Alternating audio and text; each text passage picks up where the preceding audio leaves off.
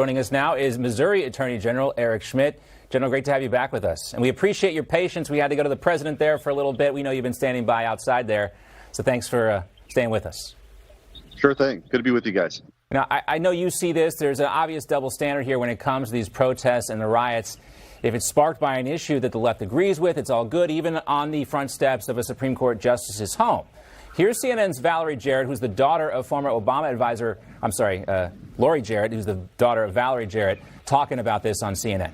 I think for a lot of people, a conversation about civility feels like it misses the mark when constitutional rights that you believe that you had for over 50 years are about to be overturned. The justices have security. So far, all of the protests have seemed overwhelmingly nonviolent.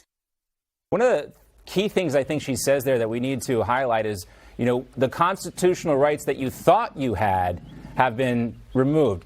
Nowhere in the Constitution does it talk about this, and I think this is one of the misconceptions by the left, that they felt like this was a constitutional right, but it's not. Right. It was made up at the time, 49 years ago.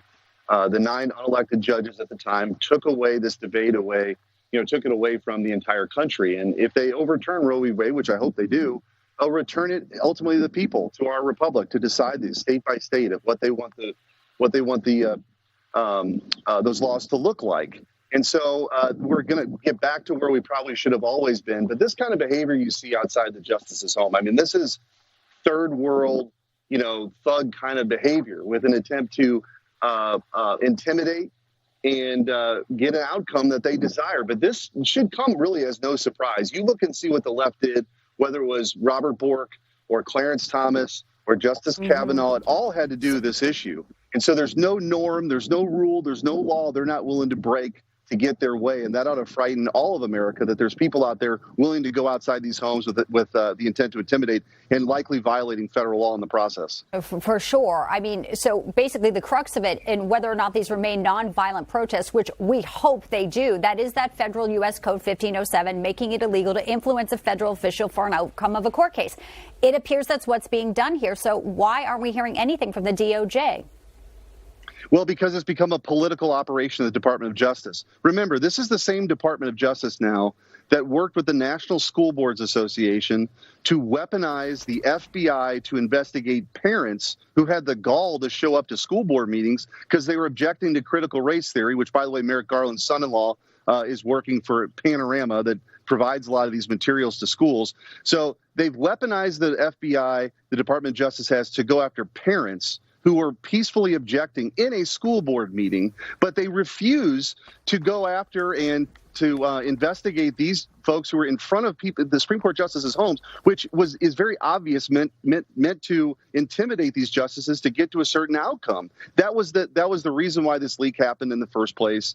I think Americans have had enough of this stuff. They want their country back. They believe in the rule of law. We believe in an independent judiciary. They're supposed to make these decisions. But to have these sort of folks out there in front of their homes, it's beyond the pale. The Department of Justice, and by the way, the president ought to be speaking in his press conference here where he's lying to the American public about his accomplishments. He ought to be standing there today condemning this and telling people to stand down. This is not good for our republic in the long term, in the short term, no matter how you slice it.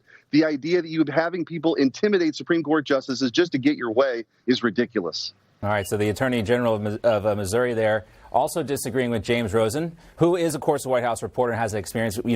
I think to a lot of people outside of Washington, D.C., it just tastes, it smells like a lie. They're not willing to parse it and spin and all this other stuff. I don't know about you, but we just want the truth, don't we, General?